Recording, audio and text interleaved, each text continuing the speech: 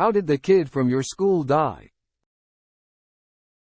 It doesn't. End-stage renal disease. She was doing good for a couple of years and waiting for a transplant while getting regular dialysis but ended up passing away in 11th grade.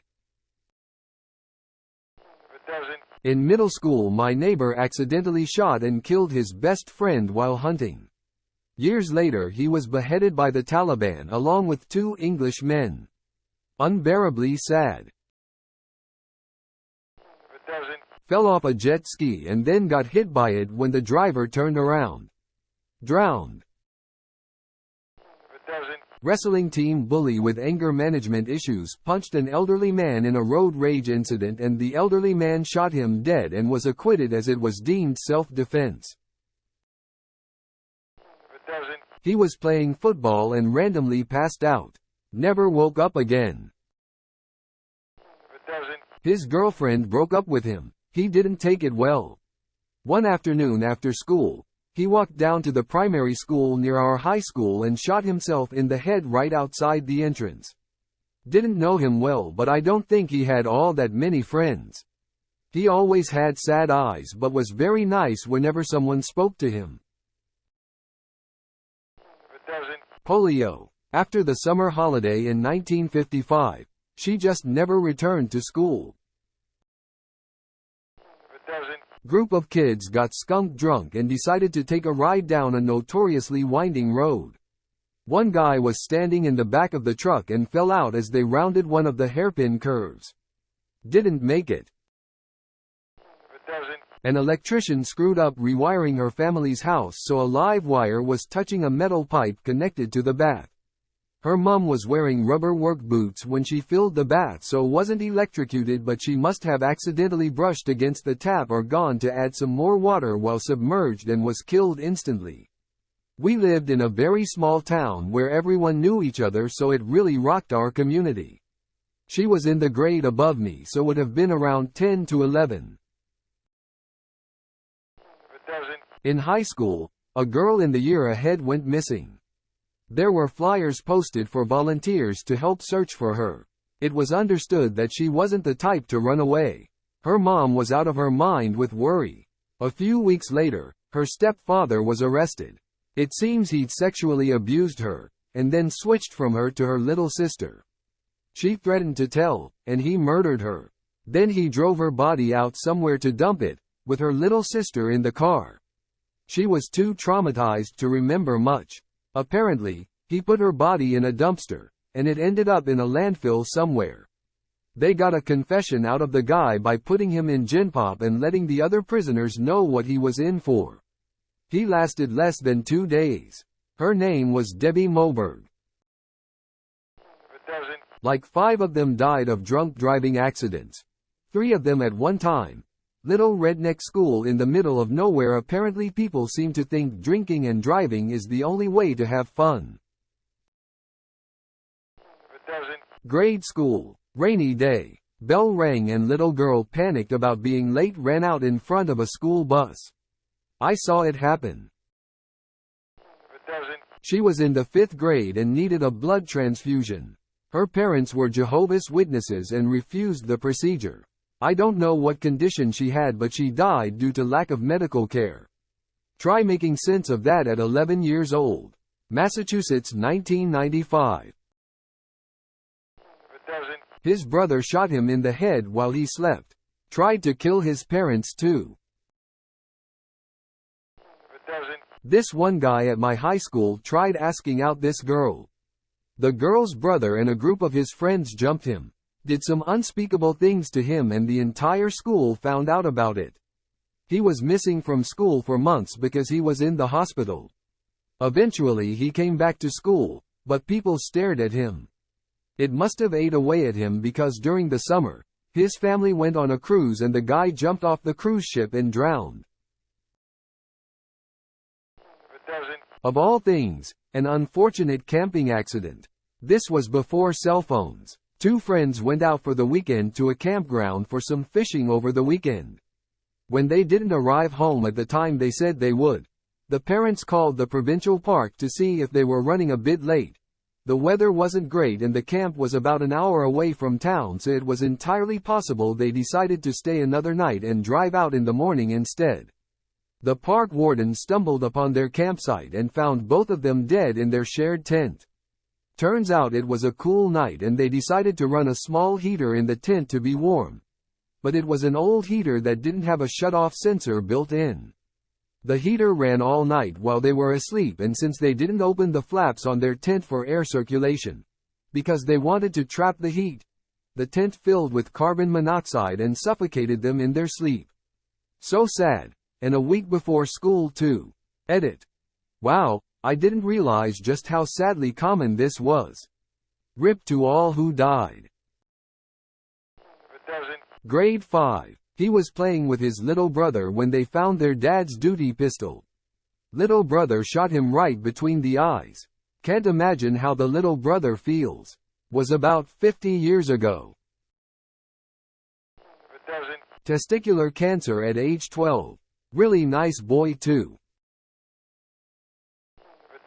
Playing along a fast-moving creek deep in the woods. First teen gets pulled under really fast. Second one immediately runs and dives in to find him. A minute later, first teen comes back up on the other side, exhausted but thankfully unhurt. Guy who went in to find him was not coming back up. Was in the days before cell phones. Had to run a good mile back up the trail. Hop in the car. Drive to the nearby park ranger office, East Texas Big Thicket area, and report. Get help, along with guide rescuers. Took about 30 minutes total to get back out there to the accident. Still no sign of him. Rescue workers found that under the higher waters were tons of plant, tree debris everywhere. 2 days of removal while still trying to control fast-moving waters. His body was finally found. He had dived too deep trying to find the first friend, getting trapped under the submerged branches, without enough energy or breath to fight against the current to get out and back up. He was only 15. Kidnapped, raped and murdered by a serial pedophile killer nicknamed the Man with the Mask during school camp. We played together 3 days before. The killer had a spree over decades in different countries. Craziest part is, a soldier stationed close to the campsite saw the man and my friend in a car during a night run in the woods. Shortly after, the soldier was sent to Iraq. Years later after he returned, he heard about the case and remembered that night and the car model he saw. This clue led to the arrest, trial and sentence of a previous suspect. Suicide in the forest behind my garden. Just didn't wake up one morning. His mom found him dead in his bed. Turned out he had some condition they had no way of knowing about. Can't imagine anything worse as a parent. 3 people died shortly after graduation in a head-on collision with a semi-truck. Edit. Since I've had a couple people ask, this was in northern CA. Sacramento area. Edit again. Upvote you. Mgenerix's response to this comment to visibility. That chain has the whole story complete with a fun guessing game. He was kidnapped in 1989 and his body wasn't found until 2016. His mother went on to start the Crimes Against Children Registration Act in 1993. Autoerotic asphyxiation. Before the term was common knowledge, what they told us at the time was that he had hung himself. 1980. Peace out, Randy, sorry your brother had to find you that way. Fun fact.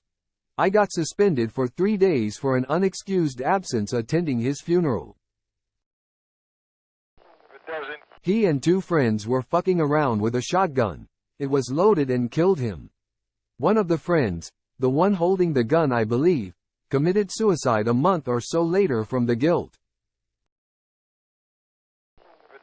Him and his dad fell through the ice in their ice vehicle and they drowned.